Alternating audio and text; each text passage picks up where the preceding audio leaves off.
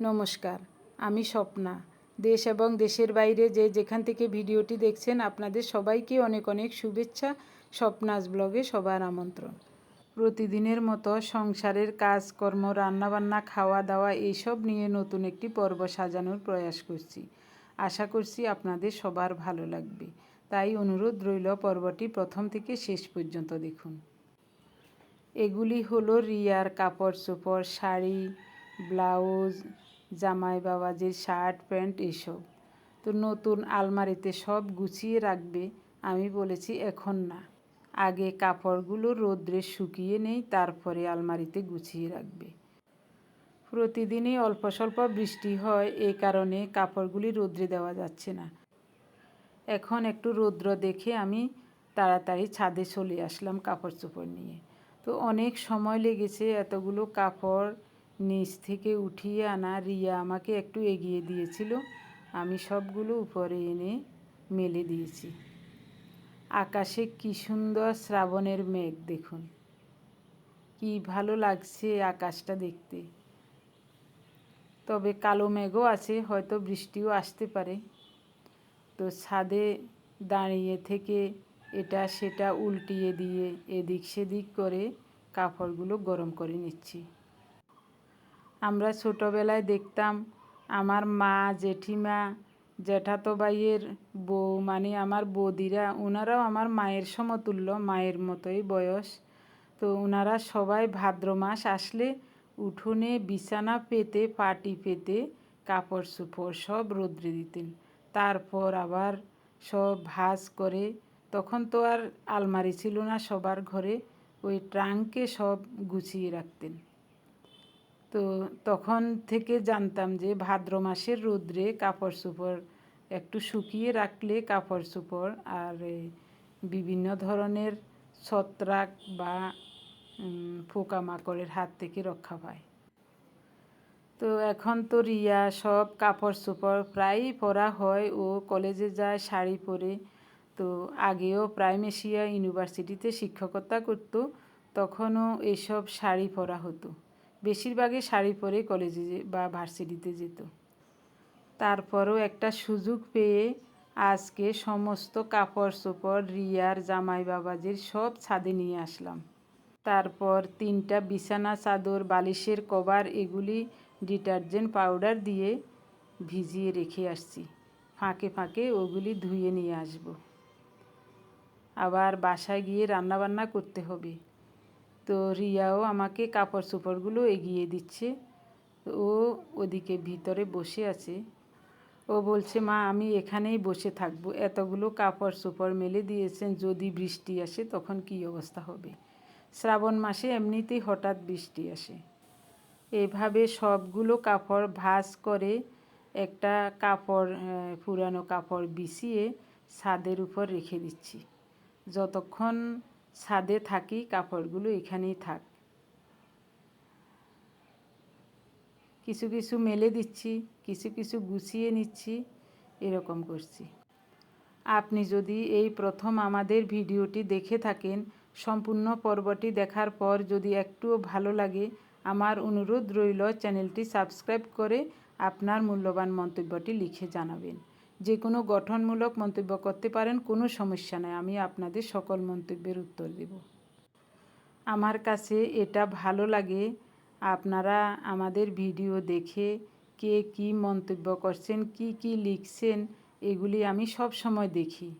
Video upload দেওয়ার সাথে সাথে মোবাইল আমার হাতে থাকে, তখন আমি এগুলো দেখে সাথে সাথে রিপ্লাই দিয়ে থাকি।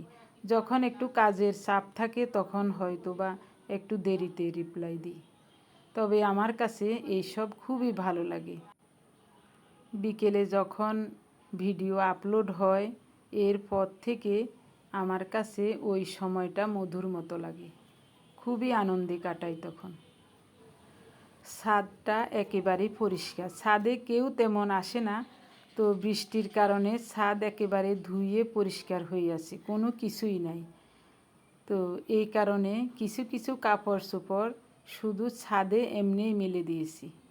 ওগুলি 5 মিনিটের ভিতরেই উঠিয়ে নিচ্ছি, না হয় রং জ্বলে যাবে। শাড়িগুলো উঠিয়ে নিয়ে আসলাম, আর জামাই বাবাজির শার্ট প্যান্টগুলো মেলে দিয়ে আসলাম। রিয়া ওখানেই বসে আছে ওই সিঁড়ির রুমে। তো আমি রান্না করতে আসলাম। এক চুলায় ভাত বসিয়ে দিয়েছি আর এক চুলায় রুই মাছের মাথাটা বসিয়ে দিয়েছি।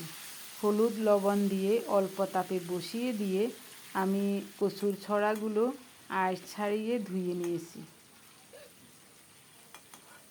এটা হলো মাছের দাঁতগুলো, মাথার এই সাইডটাতে থাকে, এগুলি আমি সব সময় ফেলে দিই, না হয় তরকারিতে পাথরের মতো লাগে, খুবই বাজে লাগে খেতে। তো মাথাটাকে উল্টে পাল্টে লাল লাল করে ভেজে নেব। রিয়াকে বলছি তুমি চলে আসো, যেগুলি এনেছি ওই রৌদ্রে দিয়ে ওগুলি আলমারিতে ঢুকাও। খুব রৌদ্র দেখা যাচ্ছে, বৃষ্টির আশঙ্কা এখন নাই। তো এখানে আদা বেটে নিচ্ছি, কাটাকুটি শেষ, এখন আস্তে আস্তে বেটে নেব আর রান্নাটা করে নেব। তো চুলার তাপটা কমিয়ে দিয়েছি, আদা বেটে আদাটাও মাছের মাথার সাথে ভাজতে দিয়ে দিলাম। একসাথে ভেজে নেব। মাছের মাথার সাথে আদা বাটা দিলে ভাজাটা খুবই সুন্দর হয় আর খুব গ্রান লাগে। মাথাটাকে উল্টে পাল্টে কি সুন্দর করে ভেজে নিয়েছি দেখুন। ওই তেলে দারুচিনি, এলাচ, তেজপাতা আর পাঁচফোড়ন দিলাম। ওই চুলায় ভাত নামিয়ে ছড়া সিদ্ধ বসিয়ে দিয়েছি শুধু লবণ দিয়ে। তো এখন ছড়াটা ছেঁকে দিয়ে দেব। আপনাদের যদি কোনো সমস্যা না থাকে, আপনারা কে কোথায় বসে আমাদের ভিডিও দেখে কমেন্টস করছেন জানাবার অনুরোধ রইল। গরমও লাগছে খুব। একটা ছোট ফ্যান এখানে বসিয়ে দিয়েছি, তার জন্য প্রাণটা যেন ফিরে আসছে। কচুর ছড়া বা কচুর মুখিগুলো লাল লাল করে একটু ভেজে নিয়েছি। এরপরে দিচ্ছি 1 চামচ হলুদ আর 1 চামচ গুঁড়ো মরিচ। এবার অনেকক্ষণ পর্যন্ত নেড়ে চেড়ে ভালোভাবে ভেজে নেব। এটাও খেয়াল রাখতে হবে, বেশি তাপ দিলে আবার হলুদ মরিচের গুঁড়োগুলি পুড়ে যাবে, তরকারিটা কালো হয়ে যাবে, স্বাদও হবে না। তার জন্য দাঁড়িয়ে থেকে নেড়ে চেড়ে ভেজে নিয়েছি। এখন ছড়া সিদ্ধর ওই জলটা দিয়ে দিলাম। মাছের মাথা ভাজাটাও দিয়ে দিলাম। বাটি ধুয়ে আরও একটু জল দিলাম পরিমাণ মতো।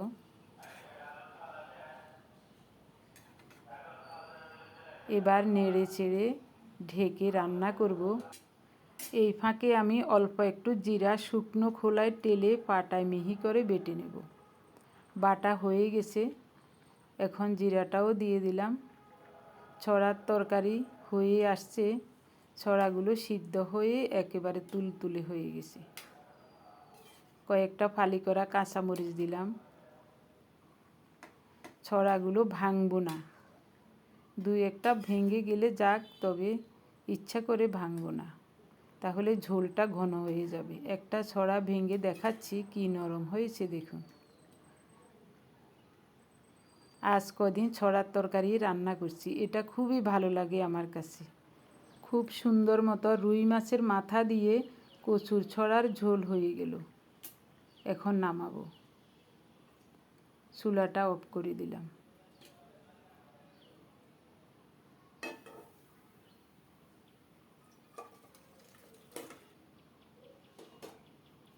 দেখতে খুবই ভালো লাগছে। মুখরোচক তরকারি হলে ভাত খেতে আগ্রহ লাগে। 3টা লইট্টা মাছ আছে, এগুলো ভাজা করব। লবণ, হলুদ, মরিচ, বেসন, চালের গুঁড়ো, জিরা বাটা, আদা বাটা। লইট্টা মাছগুলোকে ফ্রিজ থেকে নামিয়ে নরমাল করে একটু লবণ আর লেবুর রস দিয়ে ভিজিয়ে রেখেছিলাম কিছুক্ষণ। তারপর পরিষ্কার করে ধুয়ে নিয়েছি। এখন চিপে জলগুলো ফেলে দিচ্ছি। যতই চিপে জলগুলো ফেলে দেই না কেন, তারপরও লইট্টা মাছে জল থেকেই যায়। প্রথমে হলুদ, লবণ, গুঁড়ো মরিচ দিয়ে মাছগুলোকে মেখে নেব। অল্প একটু আদা বাটা, জিরা বাটা দিয়েও মেখে নিচ্ছি। তারপর বেসন আর চালের গুঁড়ো মিশিয়ে নেব।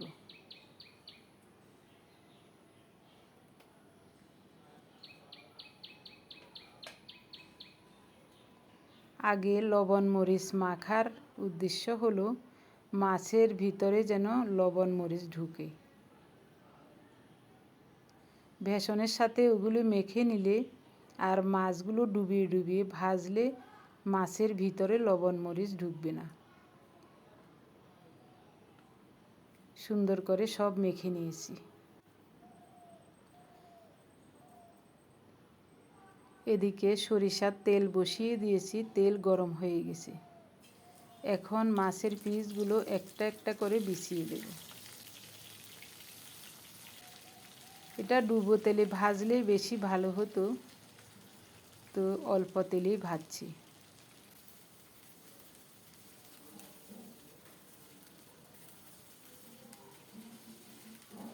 উল্টে পাল্টে লাল লাল করে ভেজে নিছি মচমচে করে।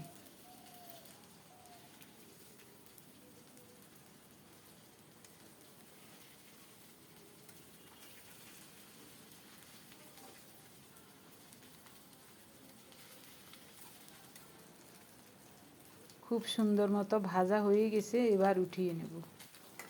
মাছের ভাজা বসিয়ে দিয়ে এই সুযোগে আমি ওই অল্প একটু পুঁই শাক আর একটু কলমি শাক ধুয়ে কুচিয়ে রেখেছি, একটা রসুনও কুচিয়ে রেখেছি। এই তেলে ওই শাকটা ভাজা করে নেব।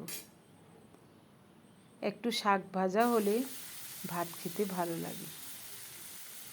শাকটাও হয়ে আসছে, নেড়ে চেড়ে ঢাকা দিয়ে চুলাটা কমিয়ে রান্নাঘরের কাজগুলো সেরে নেব। তারপর স্নান করতে হবে, এরপরে খাওয়া দাওয়া। কি যে বৃষ্টি আসলো বাইরে, সারাদিন কত পরিশ্রম করেছি আজকে। রিয়ার ঘরে যত কাপড় চোপড় আছে, শীতের কাপড় গরমের কাপড়, সব কাপড় চোপড় ছাদে রোদ্রে দিয়েছি। আলমারিতে কিছুই তোলা হয়নি। আমি বলেছি কিছুই এখন তোলার দরকার নাই, রোদ্রে দিয়ে শুকিয়ে শুকিয়ে সব কিছু উঠাবো। তো সব কিছু শুকিয়ে এনে দিয়েছি। ও এখনও ভাঁজ করছে, এখনও স্নান করেনি। আমি কাপড়গুলো সব শুকিয়ে 1টা 1:30টার দিকে আস্তে আস্তে আস্তে সব নিয়ে এসেছি, এনে ওকে দিছি। তারপর রান্না করেছি, রান্না করে মাত্র বেরোলাম। এমন টাইমে দেখি মুষলধারে বৃষ্টি নামছে। ছাদে 3টা বিছানা চাদর, 6টা বালিশের কভার এসব রয়ে গেছে। তাড়াতাড়ি স্নান করে আর এদিক সেদিক তাকাবার সময় নেই, দৌড় দিছি ছাদে গিয়ে ওগুলি আনতে গিয়ে একেবারে ভিজে গেছি। এখনও বৃষ্টি হচ্ছে, এখনও অন্ধকার করে বৃষ্টি। 4টা বাজে এখন।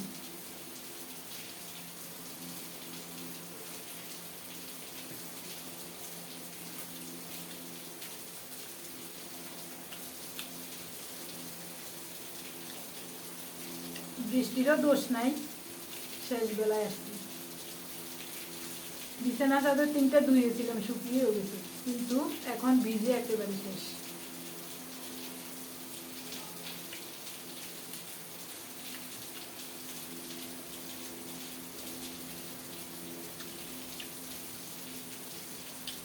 পুঁই শাক আর কলমি শাক একসাথে ভাজা হচ্ছে।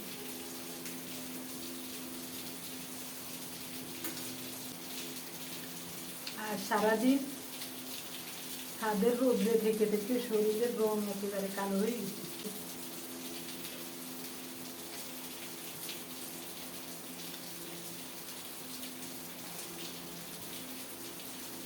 শাকটা কি যে চমৎকার হয়েছে।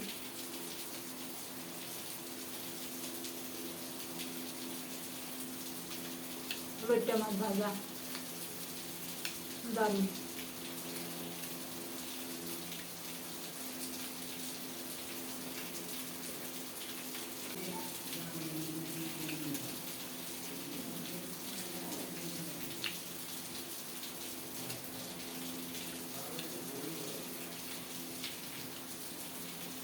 লইট্টা মাছগুলো খুবই মজা করে খেয়েছি।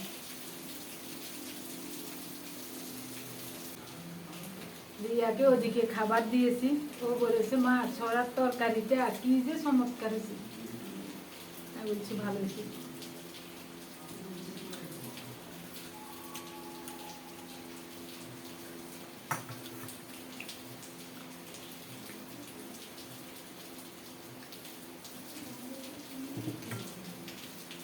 ও দেখতে তো ভালো লাগছে।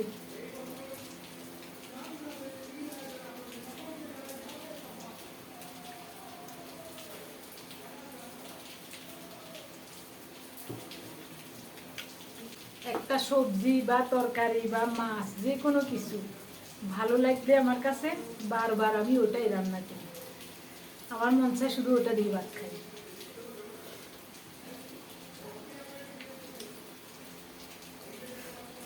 1 কেজি ছড়া এনে 3 দিন রান্না করলাম, শেষ আজকে।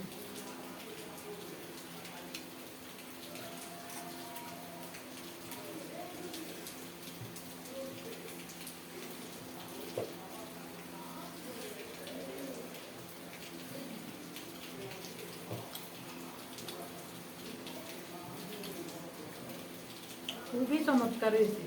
কত বড় একটা রুই মাছের মাথা, 2.5 কেজি ওজনের রুই মাছের মাথা।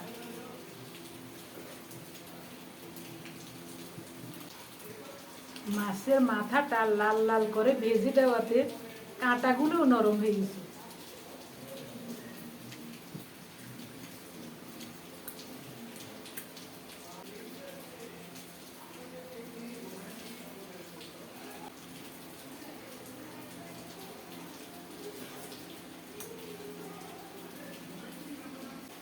রিয়া দুপুরে দিয়ে বলে মা এত কাজ করেন মা গো, একটু খাবার খান মা।